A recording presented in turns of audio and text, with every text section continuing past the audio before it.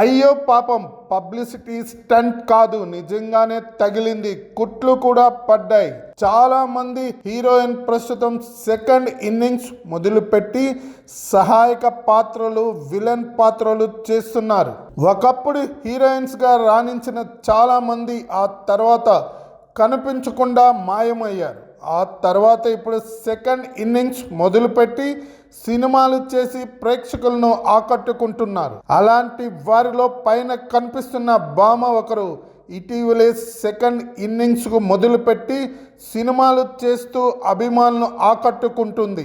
ఇటీవలే ఫ్యామిలీ ఎంటర్టైన్మెంట్తో ప్రేక్షకుల ముందుకు వచ్చింది. అయితే రీసెంట్ గా ఆమె తలకు బ్యాండేజ్ తో కనిపించింది. తనకు గాయం అయ్యిందని తెలిపింది. అయితే కొంతమంది అది పబ్లిసిటీ స్టంట్ అంటూ కామెంట్ చేశారు. అలాంటి వారికి క్లారిటీ ఇచ్చింది మన్మధుడు సినిమాలో అనూష్ నాగార్జునతో కలిసి నటించింది. ఇది ఆమె మొదటి తెలుగు సినిమా. మన్మధుడు ఆమెకు మంచి గుర్తింపు తెచ్చిన బ్లాక్ బాస్టర్ రొమాంటిక్ కామెడీ. గుండెల్లో ఏముందో అనే పాటలో ఆమె అభినయం ప్రేక్షకులను ఆకట్టుకుంది. ఆ తర్వాత ప్రభాస్ నటించిన రాఘవేంద్ర సినిమా కనిపించింది. అనూష్ తెలుగు సినిమాల్లో ఎక్కువ కాలం పని చేయలేదు. రాఘవేంద్ర తర్వాత ఆమె వివాహం చేసుకుని సినిమా రంగం నుండి దూరమైంది. లండన్ లో స్థిరపడిన ఆమె ఆ తర్వాత ఫ్యాషన్ డిజైనింగ్ లోకి మారి ఇన్స్పిరేషన్ కౌచర్ అనే బట్టల బ్రాండ్ ను నడుపుతుంది. మజాకతో ఆమె తిరిగి తెలుగు ప్రేక్షకుల ముందుకు వచ్చింది. హాయ్ అండి, ఈరోజు 25/3/2025 గోల్డ్ రేటు గురించి తెలుసుకుందాం. 24 క్యారెట్ల గోల్డ్ రేటు గ్రాము రేటు ఈరోజు మార్నింగ్ 8,959 రూపాయలు ఉంది. అదే 24 క్యారెట్ల గోల్డ్ రేటు ఈవినింగ్ 5:30 తర్వాత 8,926 రూపాయలు. ఈరోజు మార్నింగ్ కి ఈవినింగ్ కి గ్రాముకి 33 రూపాయలు తగ్గింపు జరిగింది. అలాగే 22 క్యారెట్ల గోల్డ్ రేటు గ్రాము ఈరోజు మార్నింగ్ 8,206 రూపాయలు ఉంది. అదే 22 క్యారెట్ల గోల్డ్ రేటు ఈవినింగ్ 5:30 తర్వాత గ్రాముకి 8,185 రూపాయలు. అదే ఈరోజు మార్నింగ్ కి ఈవినింగ్ కి 21 రూపాయి తగ్గింపు జరిగింది. అలాగే ఇప్పుడు మనం సిల్వర్ రేటు గురించి తెలుసుకుంటున్నాం. ఈ రోజు morning silver rate gram rate 101 రూపాయిగా ఉంది. ఈవినింగ్ 5:30 తర్వాత 104 రూపాయలు ఉంది. అంటే మార్నింగ్ కి ఈవినింగ్ కి 3 రూపాయలు పెరిగింది సిల్వర్ రేటు మీద.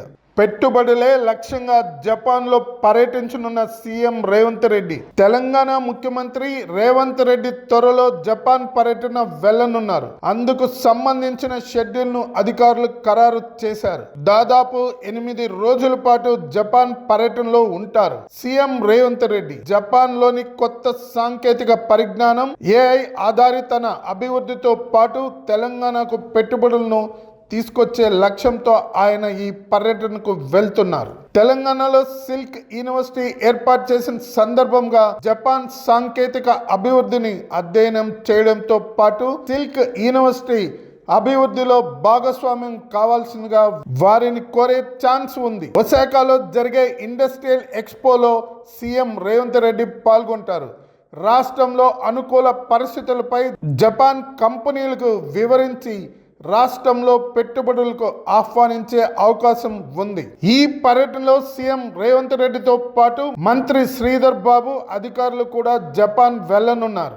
గతంలో ముఖ్యమంత్రి అమెరికా పర్యటన విజయమైంది. తెలంగాణలో పెట్టుబడులకు వివిధ రంగాల్లో ప్రపంచంలో పేరొందిన భారీ కంపెనీల ముందుకు వచ్చాయి.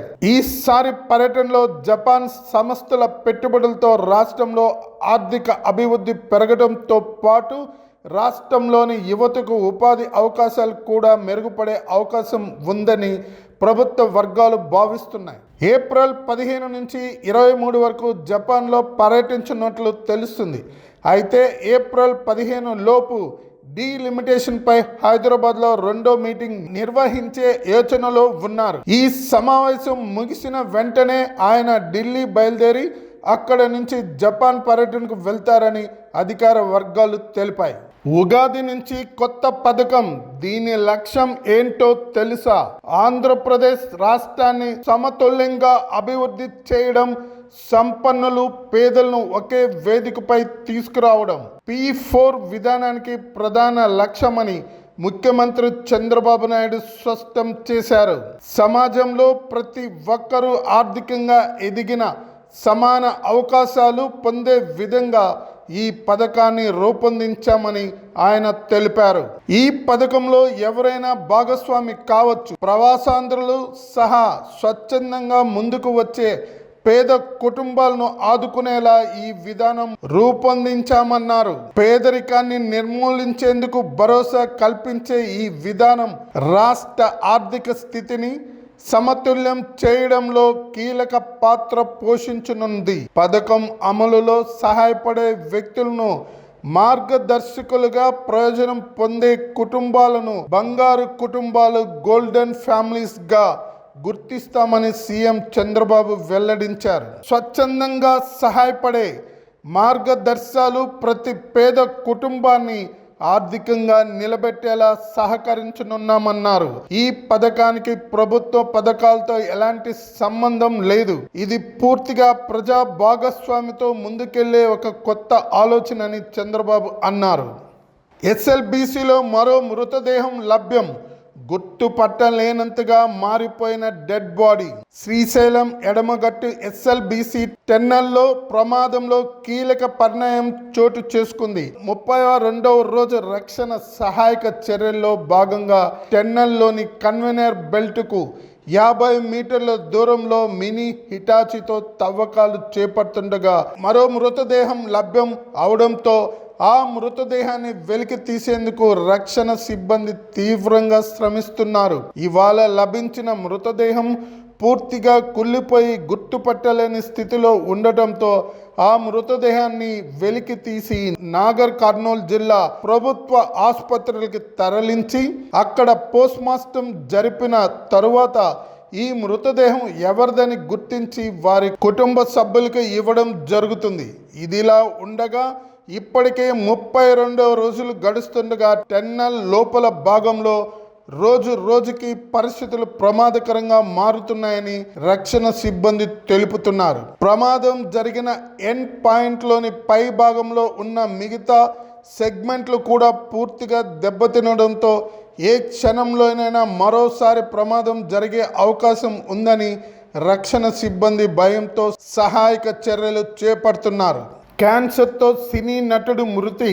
షిహాన్ హుసేని ఇద్దరు స్టార్ హీరోలకు గురువు. తమిళ చిత్ర పరిశ్రమలో నటుడుగా పలు సినిమాల్లో యాక్ట్ చేసిన హిషాని హుసేన్ మంగళవారం తెల్లవారుజామున మృతి చెందారు. మదురైకి చెందిన కరాటే మాస్టర్గా ఉన్న షిహాన్ హుసేని సుమారు 400 మంది పైగా విలువిద్యకారులకు శిక్షణ ఇచ్చారు. తమిళనాడులో ఆధునిక విలువిద్యకు మార్గదర్శకుడు K. బాలచందర్ పుంగాని మన్నన్ చిత్రంలో ఆరంగేటం చేసిన షిహాని హుసేని విజయ్ సినిమా బద్రీలో కరాటే మాస్టర్ పాత్రను పోషించాడు. గత కొన్ని రోజులుగా ఆరోగ్య సమస్యలు ఎదుర్కొంటున్న హుసేని ఇటీవల తనకు లుకేమియా అప్లాస్టిక్ అనీమియా ఉన్నట్లు నిర్ధారించారు వైద్యులు. తన ఆరోగ్యం గురించి మాట్లాడుతూ తన పూర్వ విద్యార్థులైన AP deputy CM power star Pawan Kalyan Tamil star hero విజయ్ని సహాయం చేయమని అభ్యర్థించినట్లు తెలిపారు. తనకు ప్రతిరోజు 2 యూనిట్ల రక్తం అవసరమవుతుందని, తన వైద్య ఖర్చులను భరించేందుకు తన శిక్షణ కేంద్రాన్ని అమ్మాలని నిర్ణయించుకున్నట్లు హుసేని తెలిపారు. తర్వాత అతనికి ఉప ముఖ్యమంత్రి ఉదయనిధి సహాయం చేశారు.